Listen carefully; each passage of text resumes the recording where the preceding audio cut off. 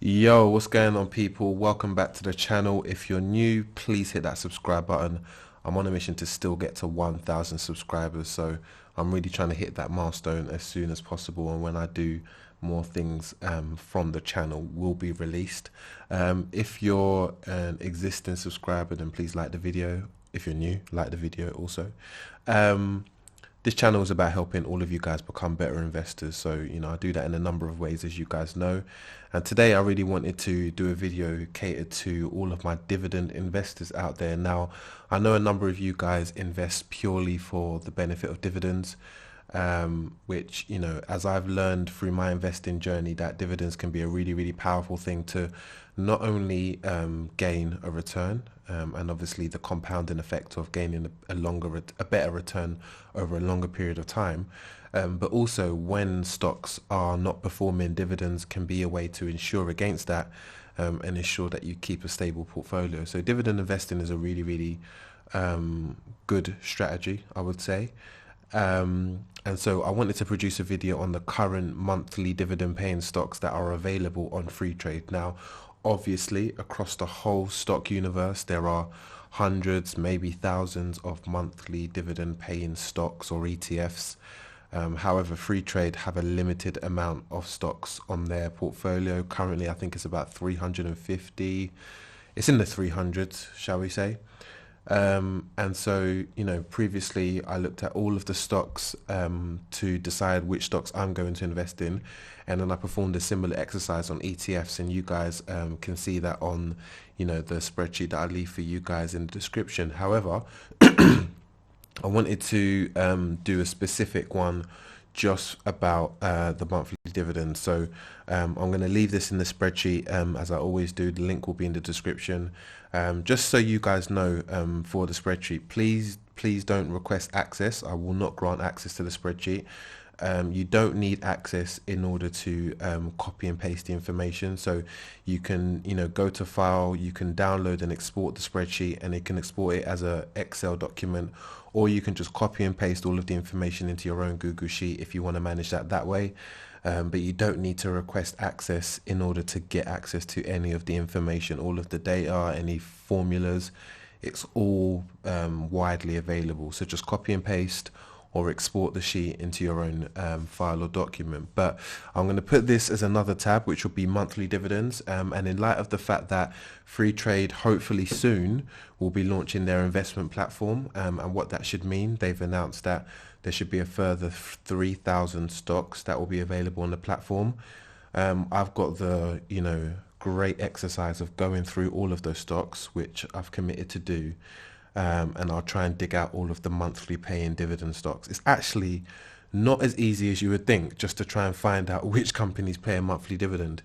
You actually have to piece information from a variety of sources. Sometimes you might have one reliable source, but it doesn't have information on a specific ETF or bond or whatever. And then you've got to go find the document and look through it there. So yeah, it won't be easy, but I think it's a worthwhile document, a sheet to have. For you guys to be aware of. But currently there are 4 on Freetrade, and those are the ones that you can kind of see at your screen. So the first one is FCPT, which is commercial property. Actually, the ticker on Freetrade is BCPT, and honestly, that confused the heck out of me, because when you type BCPT into Google, you actually get something to do with some sort of cryptocurrency protocol, blah blah blah. What I've kind of deduced is that there's an American and an English version, but both are FC. Listen, it's FCPT if you're doing any research on Google, but if you want to buy it on Freetrade, type in BCPT and it'll be there. Even if you go to Simply Wall Street, you have to type in FCPT for it to actually appear. BCPT doesn't work. So I've put FCPT, but when you're on Freetrade, type in BCPT in order for it to come up. And the yield currently at the moment is 4.95% annually. So that's the current dividend yield. The cost, which is the expense ratio. So as you guys know, when you're buying a fund, ETF, bond that's wrapped in an ETF, generally there's a cost associated with it. This cost is called an expense ratio. And so this cost is basically charged annually of the value of your investment. So it's currently 0.55%, which would be seen considerably okay.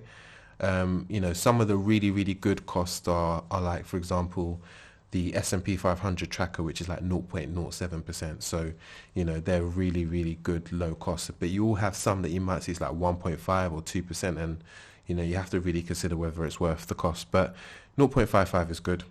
And I put the return over the last year and the last 3 years. Now, obviously, past performance isn't always an indicator of future performance, but it's worthwhile knowing. But however, just do your own research on whether or not you find it, appropriate. But it does pay a monthly dividend, so that 5% is obviously annual, and then you divide that by 12, and then that'll be the return that you'll expect on a monthly basis.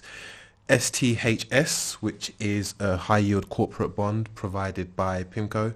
Again, the yield is 5.14% annually, which is pretty decent. The cost is 0.6, so it's quite comparable to the commercial property REIT. And in terms of the actual capital gains return over the last year, modest return of 1.92%, and over the last 3 years, 14.72%. What I do find actually with a lot of these monthly paying dividends is that their returns aren't that great. So generally speaking, when you're an investor, you have to try and weigh up the balance of getting a dividend versus getting a capital return. And that's the difference between being a dividend investor and a growth investor. Value kind of sits in the middle. You might have some dividend, some growth, but generally speaking, your main objective is either to get a return on your investment, i.e. a capital gain, or to get a dividend that is obviously your return comes through income payments. So that's something you guys need to weigh up, whether that's worthwhile the investment that you're going to put in up front. Number 3 is VGov, and that's UK gilts. So that's basically government loans. The yield is 1.47%. So again, down towards the very modest amount, and that's the dividend yield over 12 months. The cost is much lower though, at 0.12%. And then the return again for the last year has been 5.11%, and last 3 years 11.48%. You may see that government bonds, gilts, etc. may increase over the next few years if we stay in a depressed climate, and if things start to take a downturn from an equity standpoint. So just because it's low now, it actually could increase, but that's just something to monitor. I don't really know what's going to happen in the future, but I would assume, based on some of the stuff we've already covered, that we are probably going to slip into a more bearish market, in a 6 to 18 month period. We might actually see some more highs before then, but who knows what's going to happen. So yeah, it's worth keeping an eye out for that. And the last one is VUCP, which is US corporate bond. That's provided by Vanguard. Actually, this is one of the stocks that I actually planned to invest in previously. So if you go check out the video all about ETFs, or which ETFs I'm planning to invest in, I actually talk about VUCP being one of the ones that was in a pending state in the spreadsheet, and one of the ones that I really considered to invest in. At the time, the yield was about 5 point something%. It's now slightly dropped.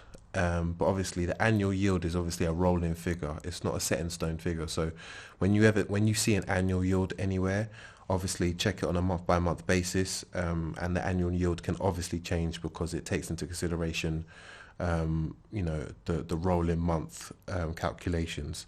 The cost is 0.12%, so it's a very favourable cost, and the returns seem quite strong from the last year standpoint, and also on a 3 year standpoint as well. And again, if we go into a depressed market, I consider this rising.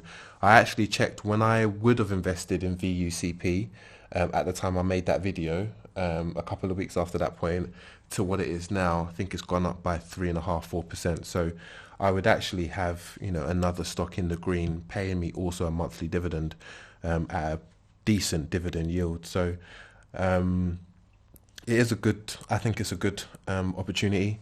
Personally speaking, obviously, you have to do your own research whether or not it's going to be good for you. So what I'll do, I'll put this in a spreadsheet, and you guys will have access to it.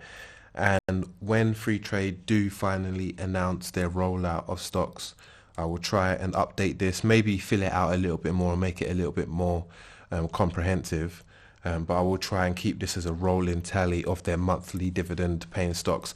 Ideally, I wouldn't have to do it because I've put in a request that when they have, I think you've seen that there's a new feature in Freetrade where you can kind of filter by ETFs or filter by UK, US stocks. So I put in a request that you can filter by dividends, and particularly you can filter by dividend terms, so quarterly, monthly, etc. Probably won't listen to me. No one ever does. But hey ho, it's fine. I'll do the spreadsheet as a backup anyway. Hope you found this useful. It's a very, very quick video. I just wanted to give you this information and just let you know that this resource is now available for you. And if you've got any questions, then by all means, please get in the comments. Other than that, have a good day, have a good evening, and I'll catch you next time. Happy investing.